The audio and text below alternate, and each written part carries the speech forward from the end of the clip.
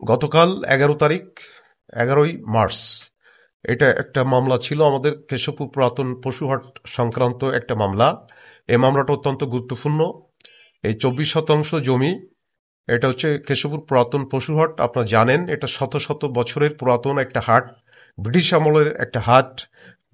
যদিও এখন এখানে পশু হাটটা মাইগ্রেশন করা হয়েছে অন্যত্র স্থান সংকটের কারণে, কিন্তু ওই জায়গাটা এখন খোলা বাজার বসে এবং এটা সাধারণ হাট হিসেবে এটা এখন হাট বলবো না, এটা বাজার। এবং প্রতিদিন এখানে মাছ, তরকারি, মুরগি, কাঁচা বাজার, এখানে দুধ হাট আছে, মাংস হাটা আছে, বিভিন্ন প্রকার যে নিত্য প্রয়োজনীয় জিনিসের পসরা এখানে বসে। তো রায়টা হয়েছে মূলত এটা ডিস্ট্রিক্ট জজের অধীনে বিজ্ঞ যে জেলা জজ মহোদয়ের অধীনে অতিরিক্ত জেলা দায়রা জজ দ্বিতীয় আদালতে এই মামলাটা ছিল।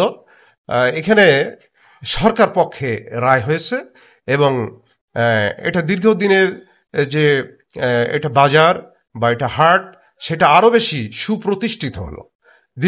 আমি ব্যক্তিগতভাবে 2.5 বছর যাবত আমি কেশবপুর পৌর ভূমি অফিসে ছিলাম। এখানে রিসেন্টলি আসছি, বাউসালা ইউনিয়ন ভূমি অফিসে বদলি হয়ে আসছি।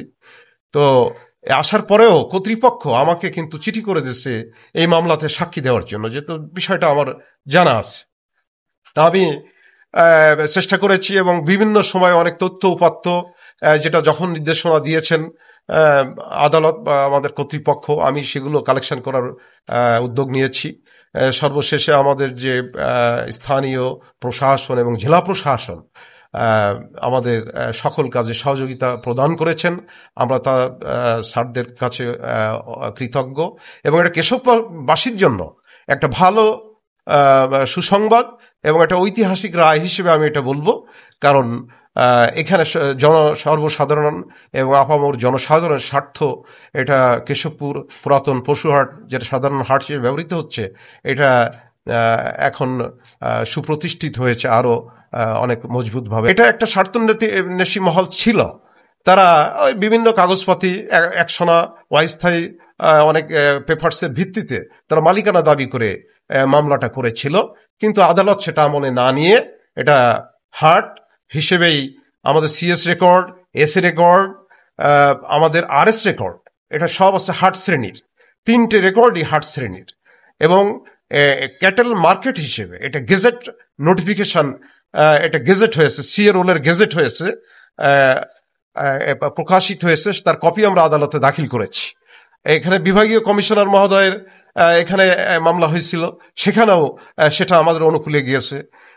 ইতিপূর্বে কয়েকটা উনি যে সিভিল রিভিশন মামলা আমাদের মহামান্য হাইকোর্টে সিভিল রিভিশন মামলা করেছিলেন প্রতিপক্ষ, সেখানেও আমরা রায়প্রাপ্ত হয়েছি সরকার পক্ষ।